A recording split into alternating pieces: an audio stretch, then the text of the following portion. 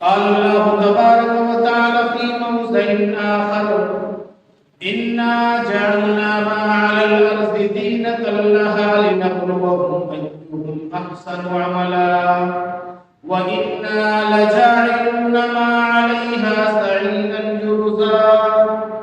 وقال النبي صلى الله عليه وسلم من أصبح منكم آمنا في سربه معافا في جسده عنده قوت يومه فكأنما حيزت له الدنيا. رواه مسلم. محترم حاضرین جمعہ، تمام دین ملنے بھائیوں، نوجوانوں، بزرگوں، عزیز بچوں، ہر قسم کی تعریف و توصیف، حمد و ثنا، عظمت و کبریائی اللہ وحدہ لا شریک، خالق کائنات، مالک ارض و سما کے لیے ہے، جس رب کائنات نے ہم کو اور آپ کو پیدا کیا. بعدہ درود و سلام نازل ہو اس ہستی اقدس و مقدس پر جن کا نام نامی اسم گرامی احمد مصطفیٰ محمد مصطفیٰ صلی اللہ علیہ وسلم. محترم سامعین، خطبہ مسنونہ کے بعد سورہ کہف کی 2 آیت کریمہ اور صحیح مسلم کی ایک حدیث پڑھی گئی ہے. اللہ رب العالمین سے دعا گو ہوں کہ الہ العالمین ہم کو ان آیات اور احادیث نبوی صلی اللہ علیہ وسلم کی روشنی میں صحیح اور سچ باتیں کرنے کی توفیق عنایت فرما اور ہم تمام کو اس پر عمل کرنے کی توفیق عنایت فرما. محترم سامعین، یہ 2 آیتیں ایسی ہیں جو سورہ کہف کی آیت کریمہ میں نے پڑھی ہے. اللہ رب العالمین نے دنیا کی ساری حقیقت ان 2 آیتوں کے اندر بیان کر دی. کہا انا جعلنا ما علی الارض، روئے زمین پر جو کچھ بھی ہے، روئے زمین پر اللہ رب العالمین نے جو زینت بخشی ہے اس کو بہت ہی اٹریکشن بنایا ہے، آکرشن اللہ رب العالمین نے دی ہے. کہا اس کی وجہ کیا ہے؟ انا جعلنا ما علی الارض زینۃ لها لنبلوهم. اسے اٹریکشن اس لیے دی ہے، اسے خوبصورت اس لیے بنایا ہے، مزین اسے اس لیے ہم نے کیا ہے تاکہ ہم ان کو آزما سکیں. لنبلوهم ايهم احسن عملا، کہ تم میں عمل کے اعتبار سے بہتر کون ہے، کس کا کردار بہتر ہے، کس کا عمل کا حسن معیار اچھا ہے، کون شخص اللہ رب العالمین کے احکام و فرامین پر عمل کرنے والا ہے، کون اللہ رب العالمین کی نعمتوں کا انکار کرنے والا ہے، کون اللہ اور اس کے رسول صلی اللہ علیہ وسلم کا معاصی اور نافرمانی کرنے والا ہے. اور اس کے بعد دوسری آیت میں کہا وَإِنَّا لَجَاعِلُونَ مَا عَلَيْهَا صَعِيدًا جُرُزًا. زینت بخشی ہے ایک چھوٹی سوئی سے لے کر کے ایک بہت بڑے ایروپلین تک، ہوائی جہاز تک، تمام چیزیں اللہ رب العالمین نے انسانوں کے لیے بنائی، انسانوں کے لیے بنائی. زینت جو بخشی ہے، آپ دیکھ لیجئے رات کے وقت اگر لائٹ چلی جائے، جن کے گھروں پر انورٹر کا انتظام نہ ہو، پورا گھر اندھیرا ہوگا. روشنی ہے، پوری دنیا جگمگا رہی ہے، رات کی تاریکی کے باوجود انسان سارے وہ کام انجام دے رہا ہے جو وہ دن میں کر رہا ہے. ایک چھوٹی سوئی سے لے کر کے ایک بہت بڑے ہوائی جہاز تک اللہ رب العالمین نے انسانوں کے لیے بنایا. وہ تمام چیزیں انسانوں کے لیے کارآمد ہیں. کہا وَإِنَّا لَجَاعِلُونَ مَا عَلَيْهَا صَعِيدًا جُرُزًا. اس کے بعد ہم کیا کرنے والے ہیں؟ کہا اس کے بعد ہم اس دنیا کو چٹیل میدان بنانے والے ہیں. چٹیل میدان بنانے والے ہیں. دنیا ہے بہت خوبصورت، طوفان آتے ہیں، سیلاب آتے ہیں، زلزلے آتے ہیں، بستیوں کی بستیاں ختم ہو جاتی ہیں، پل بھر میں بہت ہی خوبصورت شہر کا نقشہ ہے قبرستان میں بدل جاتا ہے، تمام بلڈنگیں مسمار ہو جاتی ہیں، تمام عمارتیں منہدم ہو جاتی ہیں۔ انسان ان جگہوں کا نقشہ دیکھنے کے بعد انسانی ذہن پر اسے یقین ہی نہیں ہوتا ہے کہ کل ہم نے اسی بستی کو دیکھا تھا جس کے اندر اتنی خوبصورتی تھی۔ ابھی فروری کے مہینے میں 6 فروری کے دن ترکی کے اندر ایک بہت بڑا زلزلہ ہے۔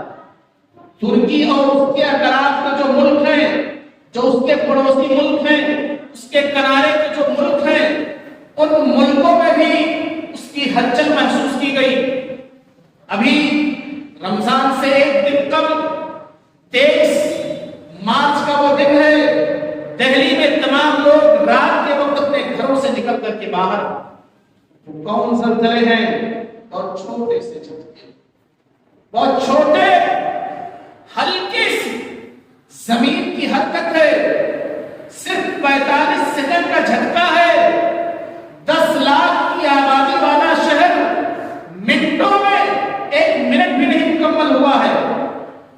اگر وقت کا اندازہ لگایا جائے، دیکھا جائے، ایک چائے پینے والا 3 منٹ سے 5 منٹ تک وقت صرف کرتا ہے، ایک سگریٹ نوشی کرنے والا 2 سے 3.5 منٹ تک وقت اس پر صرف کرتا ہے۔ جھٹکا صرف اور صرف 45 سیکنڈ کا۔ اس 45 سیکنڈ کے جھٹکے نے پوری دنیا کو، اس ملک کو تو تہوبالا کر دیا، پوری دنیا کو حرکت میں لے گئی۔ ایک معمولی سا جھٹکا ہے، صرف 45 سیکنڈ کا جھٹکا، اور قرآن کہتا ہے اذا زلزلت الارض زلزالها، اس جھٹکے کا کیا عالم ہوگا، اس زلزلے کا کیا عالم ہوگا جب پوری زمین جھنجھوڑ دی جائے گی۔ واخرجت الارض اثقالها، زمین اپنے تمام جو معدنیات اس کے اندر مدفون ہے، وہ تمام مدفون معادن کو زمین باہر نکال دے گی۔ انسان کہے گا وقال الانسان ما لها، انسان کہے گا انہیں زمین کو کیا ہو گیا ہے، یہ اپنے دفینے کیوں باہر نکال رہی ہے۔ وہ قیامت کا جھٹکا، وہ قیامت کا زلزلہ ہوگا۔ 45 سیکنڈ کے زلزلے نے پوری دنیا کو حرکت میں کر دیا۔ 10 لاکھ کی آبادی والا شہر منٹوں میں قبرستان میں تبدیل ہو گیا۔ قیامت کا زلزلہ کیسے ہوگا؟ سورہ حج میں اللہ تبارک و تعالی نے کہا یا ایھا الناس اتقوا ربکم ان زلزلۃ الساعۃ شیء عظیم، کہ اے لوگوں اپنے رب سے ڈرو، اے لوگوں اپنے رب کا تقوی اختیار کرو، بے شک قیامت کا زلزلہ بہت بڑی چیز ہے، بہت بڑی چیز ہے۔ یوم ترونھا تذہل کل مرضعۃ عما ارضعت وتضع كل ذات حمل حملها وترى الناس سکارى وما هم بسکارى ولكن عذاب اللہ شدید۔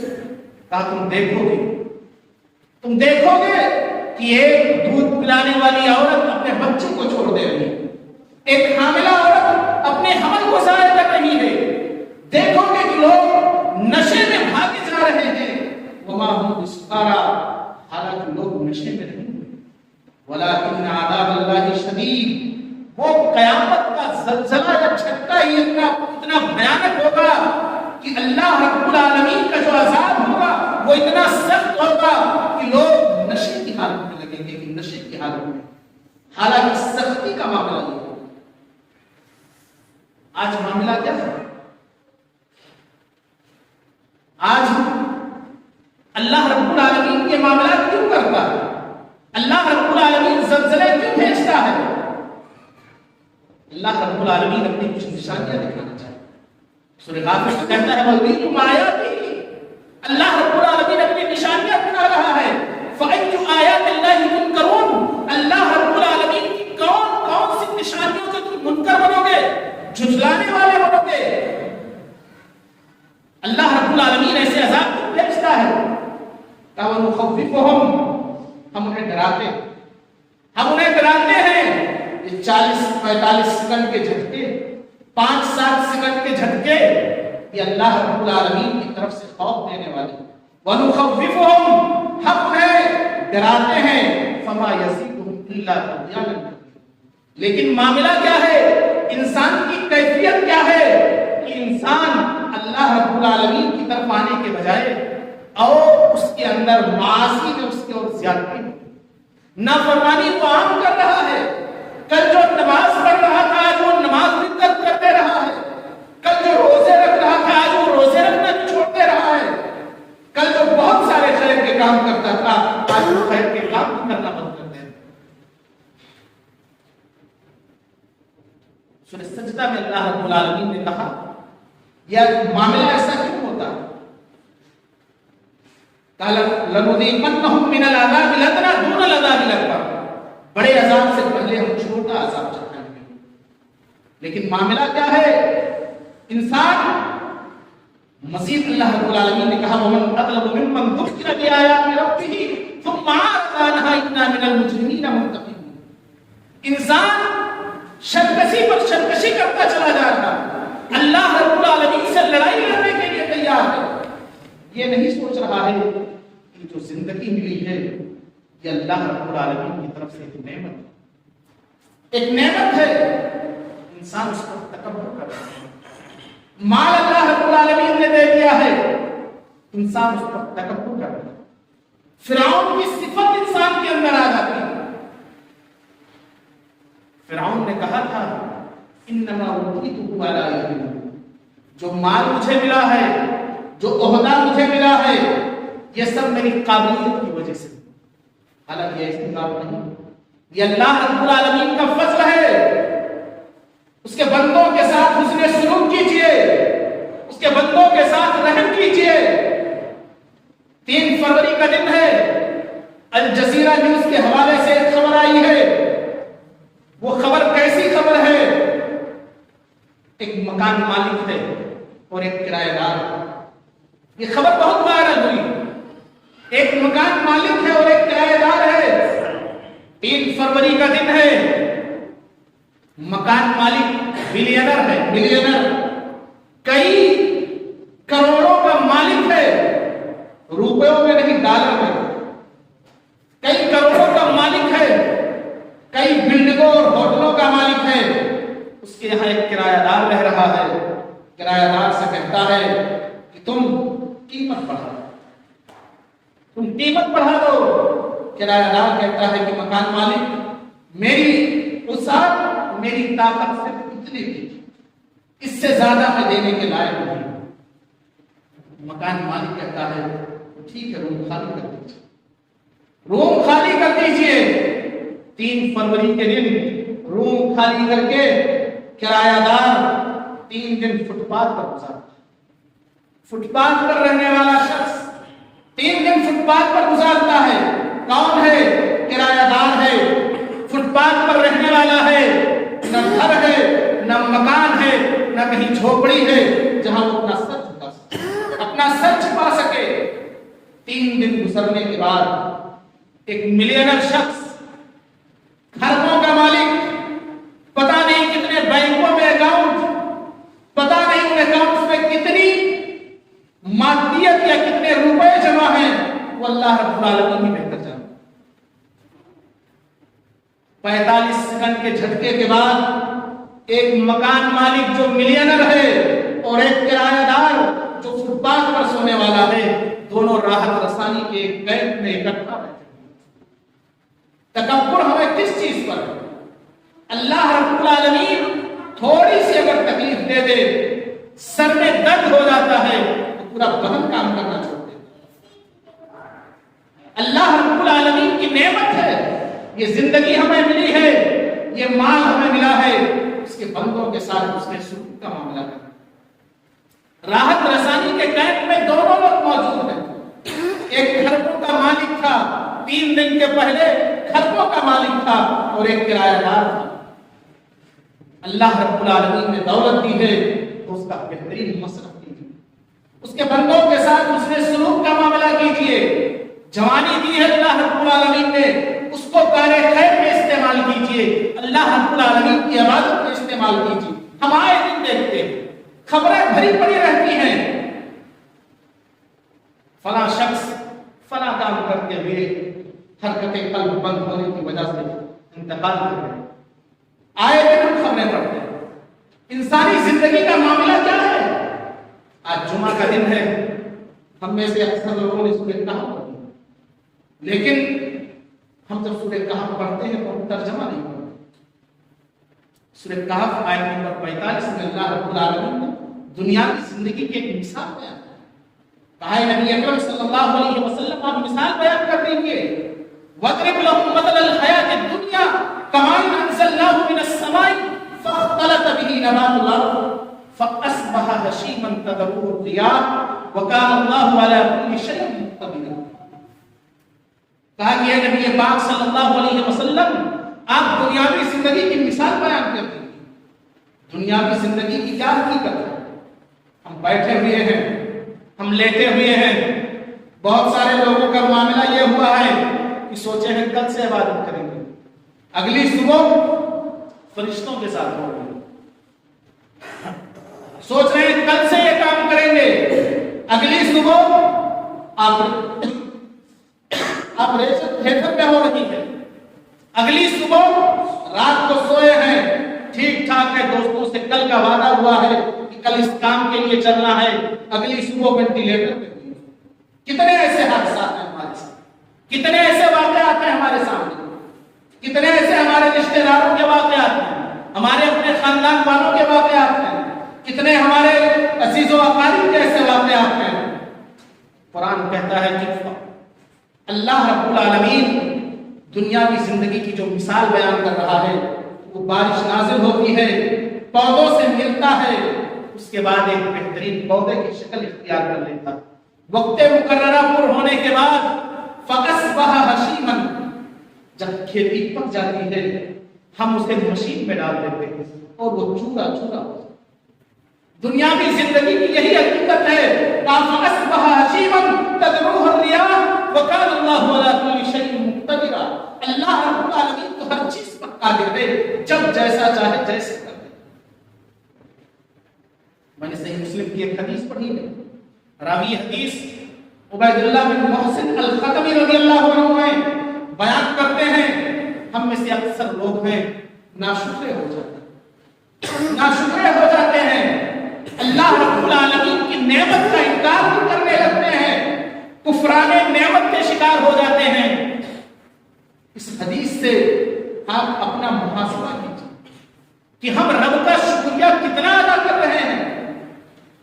عبید اللہ بن محسن الختمی رضی اللہ عنہ راوی حدیث ہیں، کہتے ہیں کہ اللہ کے رسول صلی اللہ علیہ وسلم نے فرمایا کہ من اصبح منکم آمنا فی سربہ، تم میں سے جو شخص اپنے گھر، اپنے ملک، اپنے وطن، اپنی قوم کے لوگوں کے پاس صبح کرے، معافن فی جسدہ، اس کا جسم توانا و تندرست، اپنے آپ کو آپریشن تھیٹر میں نہ پائے، اپنے آپ کو کسی اسپتال کے بیڈ پر نہ پائے، اپنے آپ کو فرشتوں کے سامنے نہ پائے، اپنے آپ کو کسی ندی اور نالے میں ایکسیڈنٹ کے بعد پڑا ہوا نہ پائے، بلکہ کہا معافن فی جسدہ، اپنے آپ کو توانا و تندرست پائے، صحیح سالم پائے، کوئی بیماری نہیں ہے، اپنے ملک میں ہے، اپنی قوم میں ہے، اپنے وطن کے لوگوں کے پاس ہے،